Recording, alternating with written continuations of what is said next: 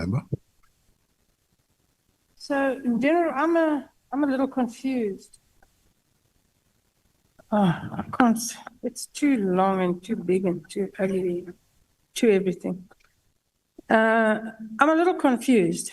So, there's all this fuss about this press conference of General Mkhwanazi. We have a Nhlanhla Commission, we have this Ad Hoc committee, and everybody wants to get to the truth. If what he says is true, it's a big problem, but it's not information that hasn't been around for years. Unless you've been living under a rock in this country, you had to know most of this, maybe not in this kind of detail, but everybody knew about all of these things. So do you know why now? Do you know if his press conference, General Mkhwanazi's press conference, was whether what he says is true or not, constitutes a genuine desire to expose corruption and criminality within the police, or is this the manifestation of a battle for power in the police? Is this a battle for the top job when Masemola retires? Personally, quite honestly speaking, Honorable Chair, this has got nothing to do with the 121 dockets and the disbandment of the political killing task team. This, according to me, it's about the succession battle within the police. And why I'm saying this is about the succession battle within the police, I know that in this case, in my case, this whole thing is actually meant to block me from, they know, I had an interview where I was interviewed by one of the radio stations or TV stations and saying, General Sibiya, now that the General Lebeya will be going, are you interested? Are you available? And I said, well, given that opportunity, I will go. And then from there, the media were running saying that General Sibiya has thrown his head in the gauntlet as well, he's ready. And as a result of that, you will see newspaper article that says Sibiya versus Musigidi versus Mkhwanazi. And then the next thing, what happened is that General Khumalo got arrested. That angered General Mkhwanazi to an extent that he sent a message to one of his friends, colleague, that says, can I proceed there? No. He sent a message of a song of Tupac that says, I'll kill them at night when they're sleeping. Now, he was so furious. And then even General Masemola, to an extent that I began to hear that they feel that I have something to do with that arrest. I ended up calling the National Commission and saying, NASCOM, I don't know about this arrest. Nobody knew. I didn't even expect it because this thing is something that happened within CI.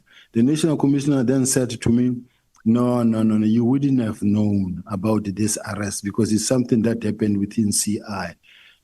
Then later, I also got questions from the media guys that says, hey, we understand you're going to be arrested. You will get members who says, don't go to work on Monday. They say you're going to be arrested. Then I go to the National Commissioner, ask him. National Commissioner says, no, don't put me in there.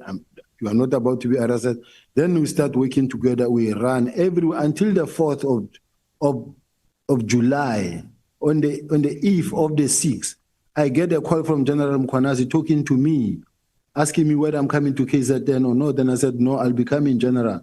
But the next thing, Sunday, this is a press conference about me. So as far as I'm concerned, and in one of these meetings, I think General Mkhwanazi said it in this house, where he said the National Commissioner was on the doorstep of being arrested. That's why we had to do something. It's a direct admission that this was just a preemptive strike. So the people of South Africa have just been taken for a ride that, no, this is about the disbandment and the docket. Because this docket, we're not gathering dust in my office. I have demonstrated and I still have it, and this committee has got the benefit of being able to call for the dockets. They were last seen since some of them 2018, 2019, 2020, 2023, 2024. So I'm just saying, for us to be sitting here today talking about the issue of the docket, it's a non-issue. Those dockets were dead a long time ago. They are still dead now. Even if they can be called now tomorrow, you will see that they are still far. So how much of what General Mkhwanazi told us in his press conference is fact, and how much of it is semi-fact, and how much of it is conjecture? General Mkhwanazi is playing the country, and he's playing a mind game to the country, and he's actually playing those that are prepared to listen to him, because he knows how to play with words and what to say and the things he needs to say and how to say it in such a way that the country get moved. He will say, we are doing this thing for the country and to protect the people of South Africa. Me, I can defend myself, but the people of South Africa, who's defending them? Now he wants to play that he's defending the people of South Africa. Now he will then come and say, dockets were taken by General Sibiya. They are in his office, in his archives. I don't have dockets in my office, in my archive. I don't have that. And then he makes serious allegations in such a way that if someone was to say, General Mkhwanazi, you are the provincial commissioner. The police in KZN received information to go and conduct a search and seizure at Kalagabusha Hospital, Correctional Services. And they went there and they searched. And as they searched, they found drugs. Then someone called General Mkhwanazi, or a call come into the suspect that is being arrested phone, say, give them the phone. And then the suspect give the phone to General Mkhwanazi. General Mkhwanazi says, you stop right there, you stop what you're doing, that docket must be taken there. That's interference. And that's defeating. If it was done by someone else, that person would have been suspended. Just let's compare the fact that he says, when they went to arrest Katiso Molefe, a team was sent from head office to there. He did the same. But there's no crime there, because as far as I'm concerned, what he does, there's no wrong. If he sent his team to go and kidnap a ballistic expert, seize the laptop, take the laptops, the files, and add ballistic expert, that is obstruction of justice, interfering. And then he comes here and he says, no. The members were doing their work and they didn't intimidate, and they were even bought lunch. Why are they interfering with the investigative system? Because there's a chain of possession.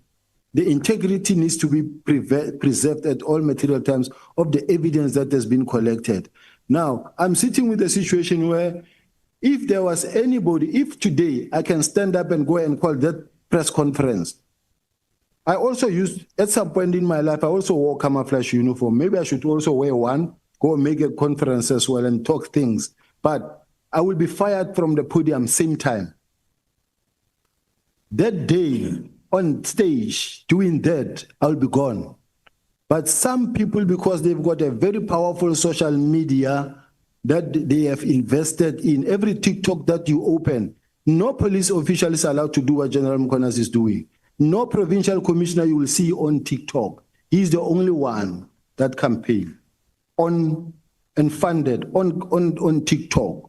And this wins all the South Africans.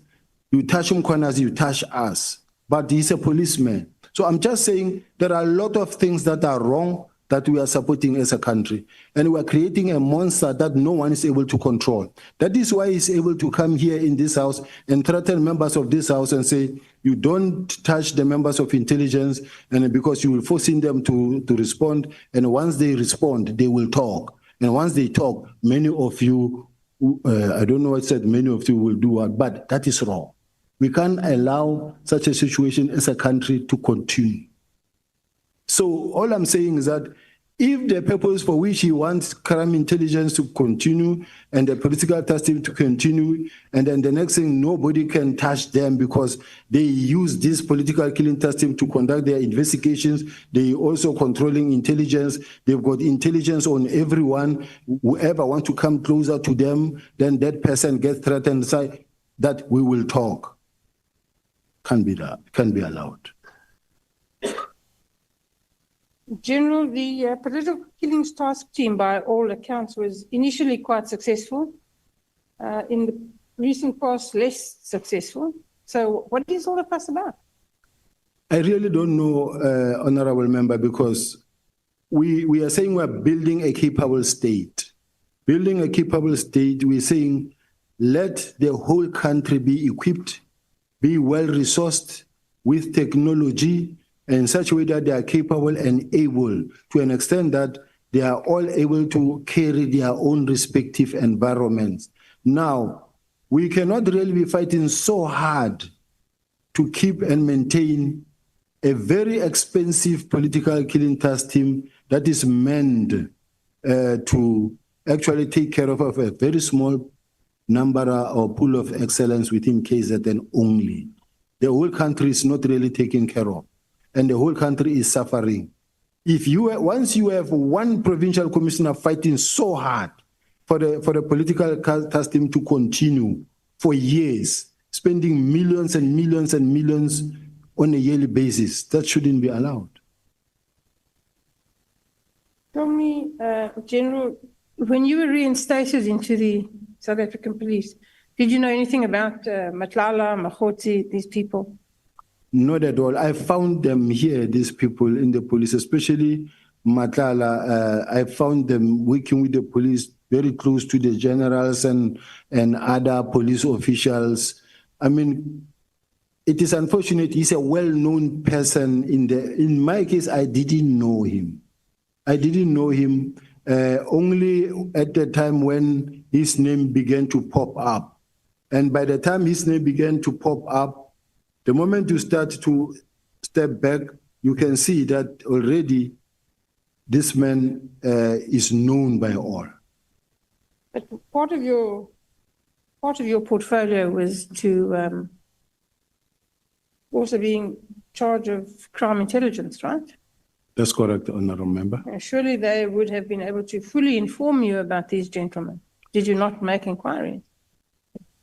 And if not, why not? This is one aspect that I think crime intelligence need to know. Their job is not only to gather, collect, collate, analyze, and support. They need to support the management, the leadership of the police.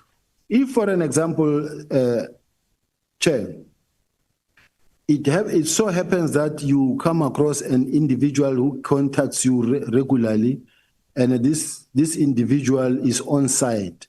They know that they are monitoring this person. They must be able to go to the national commissioner or to the minister or to whoever and say, hey, chief, we can see that this person is contacting you or you are in constant communication with this person. But do know that this person we are looking at, we are working on him. Warn me so that I can run. Now, if I don't know and I keep on interacting with this person, not knowing what this person is doing when he gets home at night, then I won't know. And tomorrow you get associated with someone that you wouldn't have under normal circumstances. So are you saying, General, that nobody warned you and you didn't ask? Nobody warned me. Even the National Commissioner and the subs, they did. I remember when we saw a letter that came from IDEC that says we want to know why and how was this man awarded a tender when he's under investigation by subs. But at the time the man was awarded a tender up to the highest level, everybody saw it. It never happened under the mattress. They saw it and it ran. With everybody knowing, during the events at the college, he also had, among the many gazebos that were there, they also had their own gazebo there. And where they will do like their blood pressure, your sugar test and this and that. He was one of the service providers as normal as possible. Nobody knew about the rest. But that is a reasonable question to ask, General, why if he was under investigation by the police? Was he allowed to parade around like that? To do business with the police, to contract with the police? How does that happen? How does the left hand not know what the right hand is doing? And what does that say about the police? Maybe it is the vetting that is lacking, or something that needs to really be corrected, or all such tenders needs to be vetted and checked properly to say who is this one and how did he get here. But at this present moment, that part of the tenders and the service providers is something that I'm far from. It's supply chain. It's another division completely. I don't even know the role players that side. So are you suggesting that that doesn't happen? That people are not properly vetted? That the police enter into tenders with millions of taxpayers' money and they don't vet, because that appears to be the position? Had it happened, I don't think anybody would have been in trouble by now. If it happened, because from the onset, it wouldn't have happened. So there are these persistent rumors, I'm sure you've heard them too, about the imminent arrest of General Masemola and General Khumalo by Ad Hoc. Is this true? Do you know if this is true? I really don't know if it is true, Chair. I don't have that information. But they don't go away? I heard about this information, but because it was at some point also in the newspapers, but I don't know the fact, because I don't know whether it was an authentic document that was leaked to the media, but it seemed to have investigation from the IG report. So that part I don't know. I see it from a distance. During your evidence, you spoke about a meeting with the National Commissioner and the Minister and other high-ranking officers, where Nhlanhla and his contract with the police was discussed. That's correct? That's correct. The Minister asked what was known about the tender, and he asked that Nhlanhla be investigated. That's correct. I'm puzzled as to why it was dependent upon the Minister, a newcomer to this space, to ask for him to be investigated. Why didn't somebody in the police, you all have years of experience, why didn't somebody in the police actually think of that themselves and do it? This is when the stories of Mr. Nhlanhla were gaining momentum and about the tender. That's how the minister got to ask and say, I get this information. What happened here? Can the auditors, internal audit and others, please investigate this thing as to how did this man get this tender? Were there any irregularities and that? And a response came and the minister gave an order that it be cancelled. Okay, but that only answers half the question. The other part of the question is, why did nobody in the police take the initiative to do this investigation? If the minister could read about it in the press, so could everybody in the South African police. Why didn't somebody do something? Why didn't you do something? I could only do something about it if I knew about it. But up until we saw a letter from IDEC questioning that part and say, why is this thing happening? Because we are investigating this thing. So there's not much anymore I can do when already IDEC is saying they are working on it. And as far as I'm concerned, Chair, many a times I like it when there is an investigation, even if it includes me or it involves me or where I could be closer to it. If it is investigated from outside, be it IDEC, DPCI, or IPIT, to me, I feel comfortable if it's a neutral body investigating. Not these things that we see in the subs now, where you find that they let very junior officials are chasing after a deputy national commissioner every day, saying that, no, we are investigating the deputy national commissioner. They've got this excitement of using very junior member to chase after a senior member. I don't know if we were to turn the tide and do the same to some senior top official members, and you set some constables and sergeants to run after him and investigate him and embarrass him. This is not right. So General, is there political interference in the police? Are there attempts to influence the direction of investigations, particularly with regards to corruption and politically connected people? Does that happen? The first part of the question I didn't hear.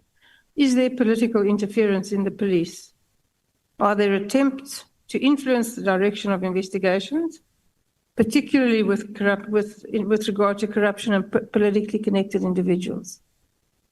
So far, I've never been interfered with from any minister or deputy minister. I don't know of any political interference. And in relation to this disbandment of the task team, I received a directive from the National Commissioner.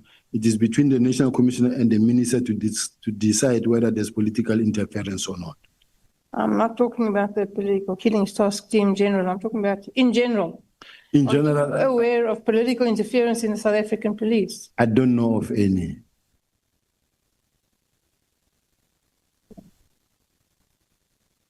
So you've never been asked to investigate or not investigate anybody? I've never been tasked to investigate anybody, any official from the side of the minister. In your view, is the top management of the South African police capable of running the police in the best interests of South Africans? Yes, they are capable. When I look at the statistics and in the meetings that I've said where we said as a team, when we're really working and we're working hard, there's a difference, there's hard work that has been done. It is unfortunate that you do have this other people who come in and cause division within the police. Who comes in and causes division in the police? There are people who go and whisper to the minister. Chair, what I want to say is that just after I came back, someone intelligence, they went to Minister Kele. They said, Minister, do you know that you agreed that General Sibiya must come back? And you just promoted him, but you know that he's investigating you. And the minister was very angry and said, but why is Sibiya doing this? Because, I didn't even object that he must come back, but I hear that he's investigating me. At that time, I don't even have a team. I know nothing. And the minister he was not angry, but when I saw the minister, I could see that he's looking at me in a dim view. Then I went to the National Commission and said, hey, NASCOM, what is going on? I hear 1, 2, 3, 4. He said, yeah, it did happen, but I told him that, no, it's not true. I told the minister, no, it can't be true. Then they go to the National Commissioner. They say to the National Commissioner, are you aware that Sibiya wants your job, is mobilizing for your job?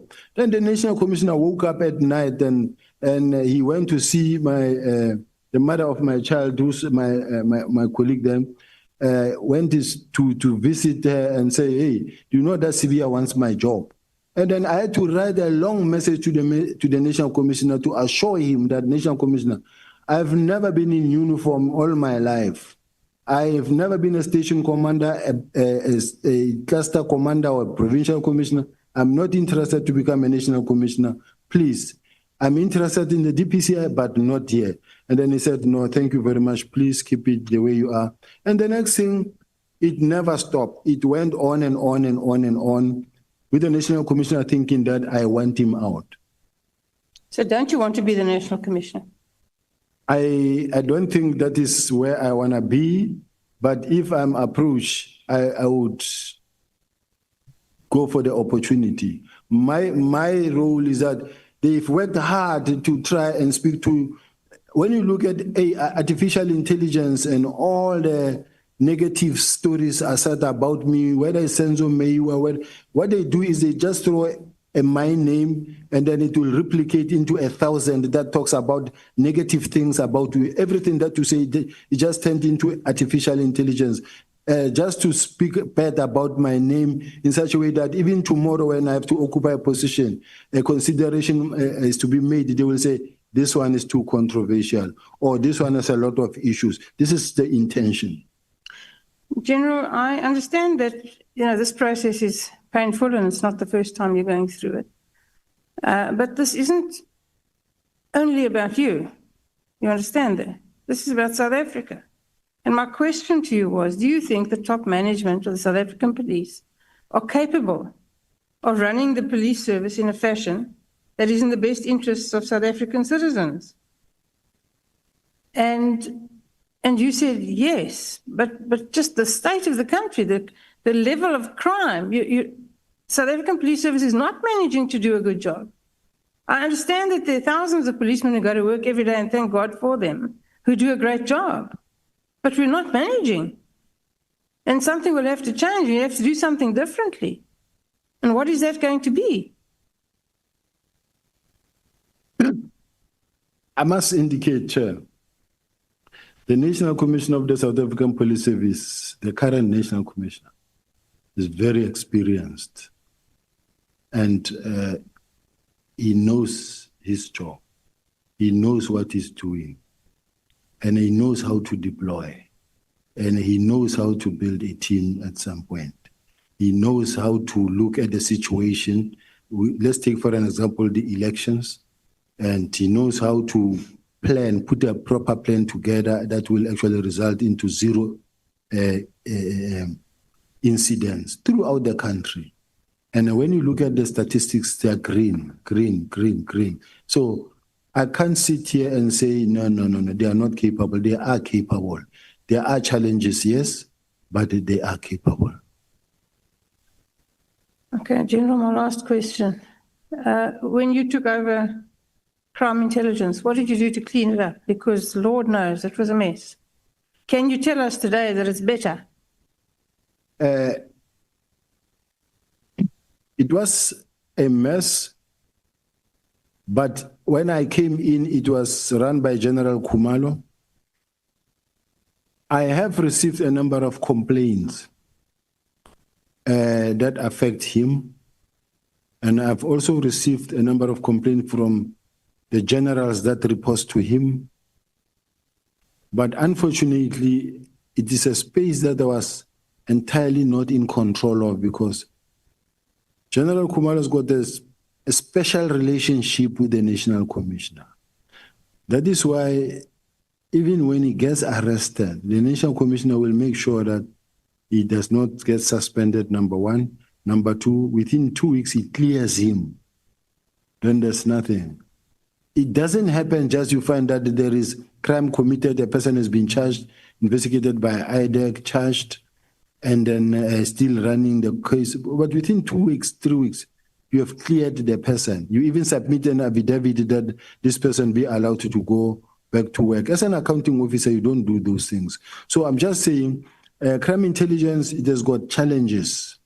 And hence you can see already investigations that are already running. And I don't know how many more are still there from the IDEC side, but there are challenges within crime intelligence. You'll take it from here. Look at how many generals are out that are not there. And all of them are in courts against the head. All of them are in court against the head. You go to Western Cape, you go to head office, you go to other provinces. It's here and there where you find that a general is not in court, but there's a big fight. Where there's a brigadier, even internally, there's just... I heard the National Commission saying, I'm fighting with everybody. No, it's not the case. I am a Deputy National Commissioner of Crime Intelligence. When I get undermined by someone who is not in this space, it is my job to stand up and say, but no, you can't do this. It's not really fighting with anybody. Thank you. Thank you, Chair. Thank you so much, Honorable Breytenbach. Honorable Klopper.